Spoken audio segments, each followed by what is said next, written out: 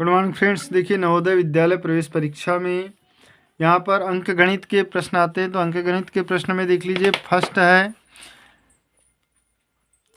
First part यहाँ महत्वपूर्ण सूत्रमाला दी हुई है। तो यहाँ पर हमको क्या याद करना है? सबसे पहले आप जब भी गणित को हल करते हैं तो आपको 1 से लेके 50 तक की संख्याओं के वर्ग याद होना चाहिए। ठीक है, तो इनको आप याद कर सकते हैं। जैसे 1 का वर्ग मतलब 1 गुणित 1 1 ही होगा। 5 का वर्ग 5 गुणित 5 25 होगा।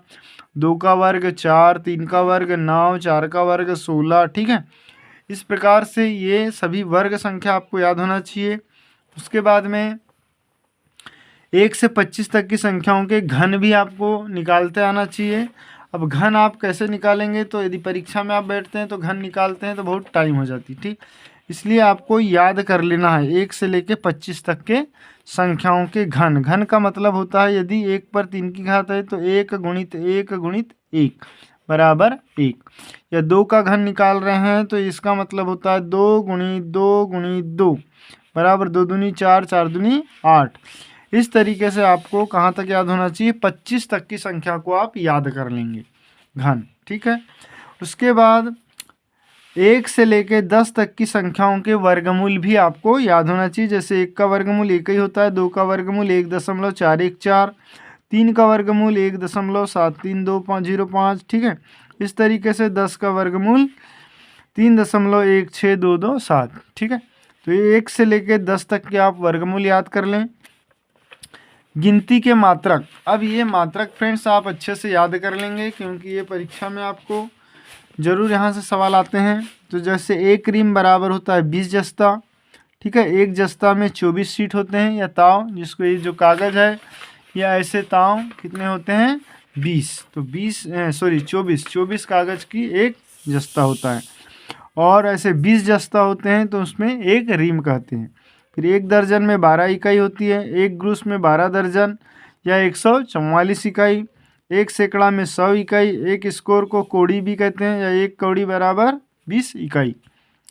फिर 5 इकाई बराबर 1 गाही और 16 इकाई बराबर 1 सोरही या 4 इकाई बराबर 1 गंडा और 2 इकाई बराबर 1 जोड़ा।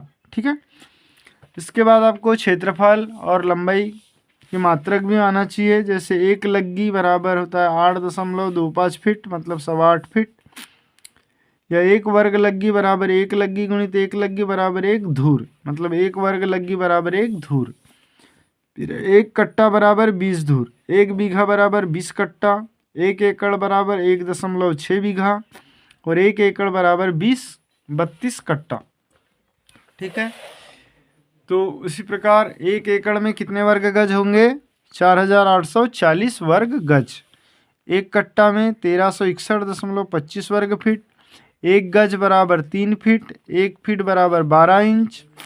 1 इंच बराबर 2.54 सेंटीमीटर। फिर 1 मील बराबर 1760 गज। 1 वर्ग मीटर बराबर 1.196 वर्ग गज।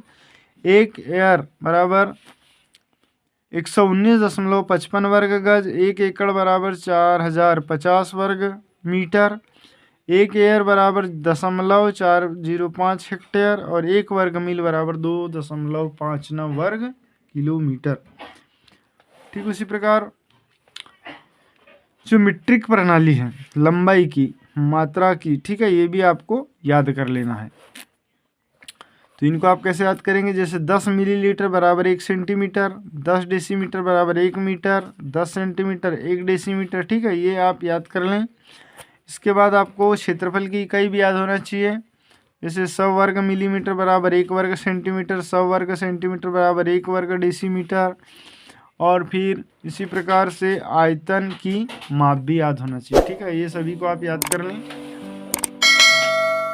साथ में तरल पदार्थ यदि नापना है जैसे तेल, दूध, ठीक है, पानी, इनको नापने की जो इकाई है लीटर, इसके भी आयतन इकाई मालूम होना चाहिए। ठीक है, और ये सभी जैसे 1 इकाई बराबर 10 पर 0 की घात। दाही को हम 10 पर 1 की घात लिखते हैं। सैकड़ा को 10 पर 2 की घात। 1000 को 10 पर 3 की घात। ठीक है, तो इस तरीके से ये पूरे आपको तैयार करके जाइए ताकि आप ज़्यादा से ज़्यादा नंबर लाके आप नवोदय में आपका सिलेक्शन कन्फर्म हो सके। ठीक है, इसके बाद हम नेक्स्ट वीडियो में देखेंगे चैप्टर 2 संख्या और संख्या पद्धति के जो सवाल हैं, किस टाइप के सवाल आते हैं और उनको कैसे आपको हल करना है। ठीक है, ये सवाल को कैसे आप शॉर्ट ट्रिक से हल करेंगे।